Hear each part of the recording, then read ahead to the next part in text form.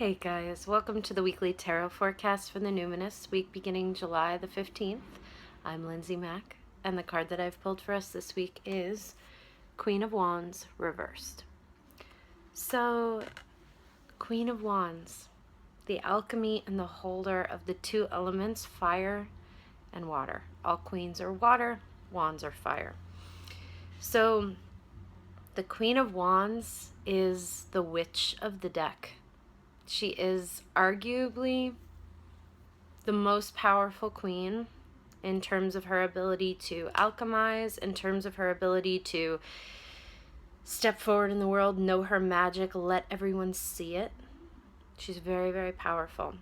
And all of this alchemy and magic and kind of witchiness comes from a true core because she's associated with water. So all of this fire and sparkle and crackle and passion and allure of the Queen of Wands is all kind of held within this container of the depth and emotion and psychic ability of the water. Really, really powerful archetype. Something that's really important about the Queen of Wands is that in almost every deck she has an animal on the card with her. On the Rider-Waite, it's a little cat. On the mother piece, it's kind of a lioness. And on this deck, it appears to be a dog. This is sort of akin to the witch's thing, too, because it's like her familiar, like a witch's familiar, an animal that would assist and aid in magic. And also often brings up this idea of walking with all beings. That's been a very powerful thing. When I look at the Queen of Wands, I always remember she's a woman of power who's able to walk through the world in peace with all beings, not controlling them, but in harmony with them. So why does all this matter? It matters because the state of our world right now doesn't require explanation. It doesn't require any kind of introduction. It just is. Everyone on the planet is being rocked and moving through this time, totally grappling, both our country and the world, and trying to figure out where we stand, how we can help, how we can be more awake and alive during this time. The Queen of Wands reversed is really important for us for two reasons this week. The first is that magic is synonymous with change and revolution. So that starts at home with how we're willing to let our magic shine, how we're willing to honor the magic of others, and how magic at its heart must come from a place with harmony of all creatures, all beings, walking on the earth with care, walking on the earth with our brothers and sisters, all of us with care. All of that is held with Queen of Wands. The other thing about her is I just described all of these incredible aspects of Queen of Wands. She's also really sensual, really sexual, has that feel to her just by existing. So when she's reversed, all of the stuff I mentioned about her, water and fire, being able to alchemize, she's also very psychic, as are most of the queens, being in line with that harmony, understanding her own magic, her own witchiness, her own sensuality, all of that is there within the Queen of Wands, but she doesn't believe it. So that's our thing for this week.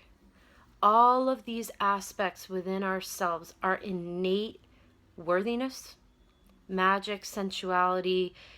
This is a highly feminine card, and there's no getting around that. So for men too, this is a very important thing.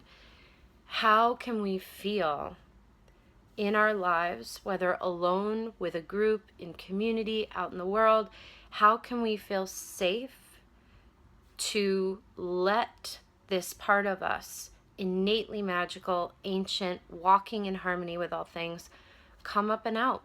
How can we walk down the street really exuding all of our light and magic and glow and not shut that down for anyone? not drop in frequency out of fear or out of willingness to be a little smaller. It's a big deal, Queen of Wands reversed. A big deal. And there's no question to me that this is both a microcosmic thing for all of us in some way, really coming clean and clear on the ways that we deny ourselves the beauty and the gift of our own magic. Where do we do that? Where are we willing to play it a little smaller? Where are we willing to shrink, not to make others uncomfortable? It's really important. The other aspect of that is, of course, macrocosmically, the denial and oppression of everyone. When one being is suffering, we all suffer. So whether, again, it's beyond time, it's beyond space, it's even beyond situation. This is both an individual wake up and a collective wake up. We must begin to honor our magic and what our magic can do for each other and for us. If we're going to be able to stand in our light, to project all that we are, to really carry our soul's legacy here on earth, we have to be willing to step up into believing we're worthy of it first. So in any way, whether very quietly or very broadly, this week is all going to be about walking in harmony with one another, not being afraid to deeply, deeply shine, and letting that light hold everyone around you. Shining our light doesn't shield, should not make others shield their eyes. It should encourage them to shine just as brightly. If they shield their eyes, we've offered them a good teaching to really wake up. Very important stuff. Magic must be useful to everyone.